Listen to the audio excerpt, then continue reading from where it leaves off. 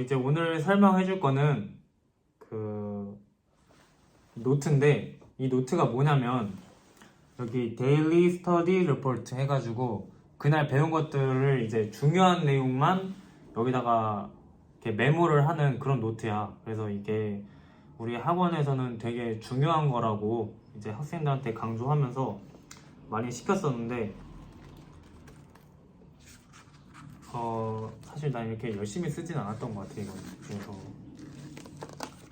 왜냐면 뭔가 되게 나한테 도움이 되는 기분이 안 드니까 이걸 쓰고 있는 게 조금 시간이 아깝더라고. 그래서 이렇게 열심히 쓰진 않았는데, 이렇게 쓴 것들을 지금 와서 보면은 되게 재밌어.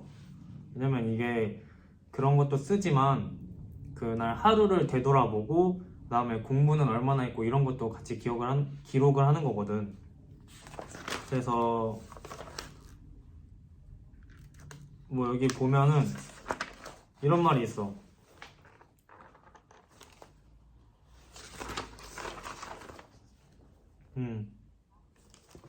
이런 식으로 쓰는 거야. 그래서 그날 수업 시간에 뭘 배웠고, 그 다음에 핵심 이런 거 쓰고, 그 다음에 여기에 얼마나 공부했고, 그 다음에 뭐 하루 회고 쓰는 건데, 여기 하나 읽어줄게. 그래서 내가 하루 회고를 하는데 되게 열심히 듣고 필기했다. 근데 머릿속엔 아무것도 없다. 뭐 이런 내용이야. 이게 공부를 딱 처음 시작하다 보니까 당연히 어려웠겠지. 그래가지고 이런 내용들이 있고, 이게 일주일 동안 써가지고 이걸 선생님한테 내야 돼. 그럼 선생님이 피드백을 해주는데,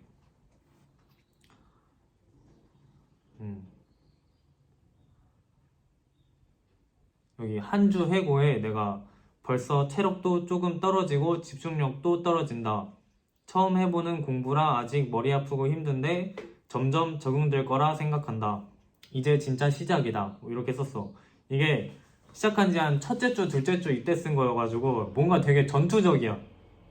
이 회고에서 뭔가 내 이 결심이나 이런 게 느껴지는데, 여기에 이제 선생님이 새롭게 하는 공부라서 힘들 겁니다. 그래도 결심이 대단하기에 열심히 할 것이라 생각합니다. 이렇게 써주셨어. 그래서 이런 식으로 쓰는 건데, 나는 이 좁은 칸에 이걸 왜 쓰는 건가 이런 생각이 들더라고. 그래서 뭐 되게 도움이 된 친구들도 있을 것 같은데, 사실 나는 이거를 보진 않았고, 나만의 이런 복습 노트나 이런 게 있었었어, 나는. 그래서 그런 메모장 같은 걸 들고 다녔었던 것 같고, 뭐 처음엔 뭐 이렇게 꽉 차게 쓰거든? 이렇게 꽉 차게 쓰는데, 이제 나중 되면 이제 이렇게 되는 거야. 여기 빈칸. 이거 왜 안 썼냐 이런 뜻이야, 이게 선생님이. 이게 다. 그래서 나는 이걸 쓰는 것보다는 나만의 뭔가 노트를 만들어가지고 이렇게 기억을 하는 게 좋더라고. 그래서 이런 걸 했었고, 근데 나는 이거의 그 핵심을 알고 있긴 했어. 그래서 이걸 왜 우리를 쓰게 할까라고 생각했을 때, 뭔가 그날 배운 것 중에 절대 까먹지 않아야 되는 것들은 여기다 기록을 하고 계속 봐라, 이런 의미라고 생각을 하는 거야, 나는. 그래서 결론적으로 이 노트는 뭘 의미하냐라고 봤을 때 복습의 중요성이야, 복습. 난 실제로 그런 복습의 중요성을 강조하시는 선생님들이랑 수업을 많이 했었고, 그게 나랑 되게 잘 맞았던 것 같아. 그래서 예를 들어서 어떤 수학 공부를 하는데 문제집을 되게 많이 사는 애들이 있어. 그 수학 문제는 아무래도 많이 풀어야 되니까 문제집을 많이 사서 푸는데, 나는 딱 한 문제집만 샀던 것 같아. 한 8월 달까지는. 그래서 그 문제집을 이제 이거였어.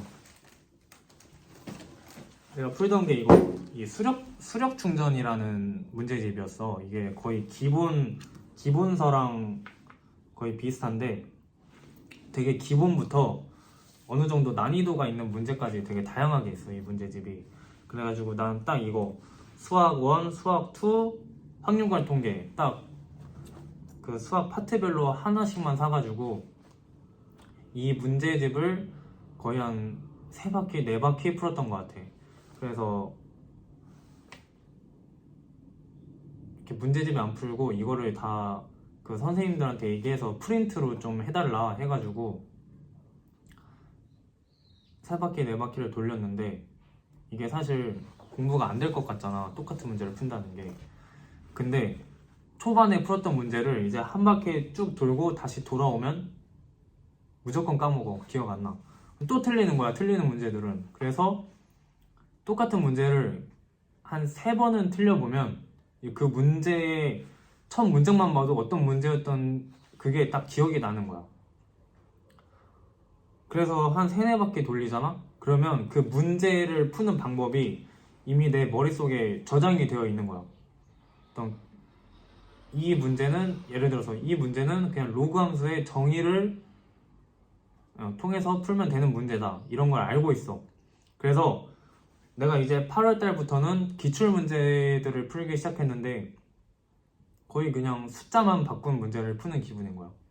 그래서 이때 되게 많이 늘었었고 내가 엄청 확신을 했어. 아, 공부는 복습이구나.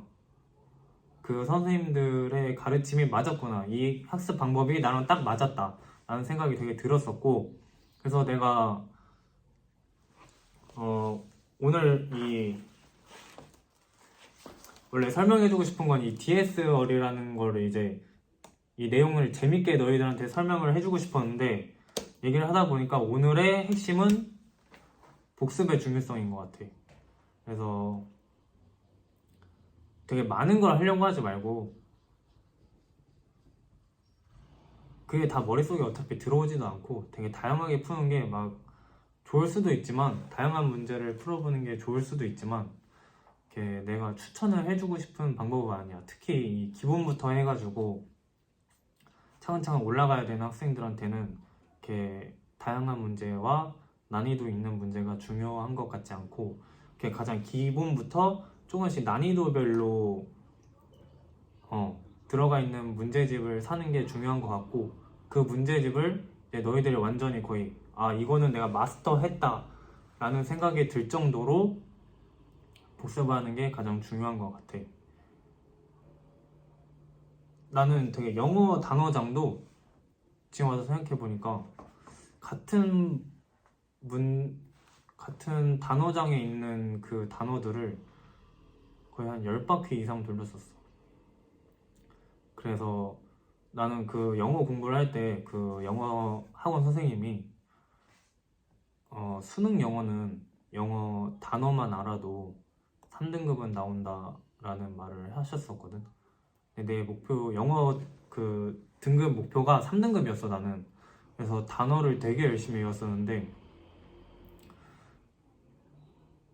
정말 수능에서 거의 모르는 단어는 거의 없었던 것 같아. 그래가지고 단어를 알면 풀 수 있는 문제들을 다 맞췄었고 그래서 실제로 3등급이 나왔었어.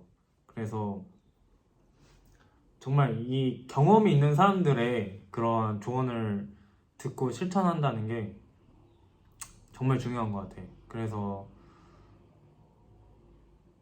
내가 지금 한번 경험해본 사람으로서 너희들한테 설명해준 것도 이렇게 무조건 정답은 아니겠지만 그래도 어느 정도 참고가 될 만한 너희들한테 피해가 손해가 되지는 않을 그런 학습 방법인 것 같아. 그래서 한번 꼭 따라 해보고 복습은 정말 중요하다. 이것만 딱 기억하면 될 것 같아.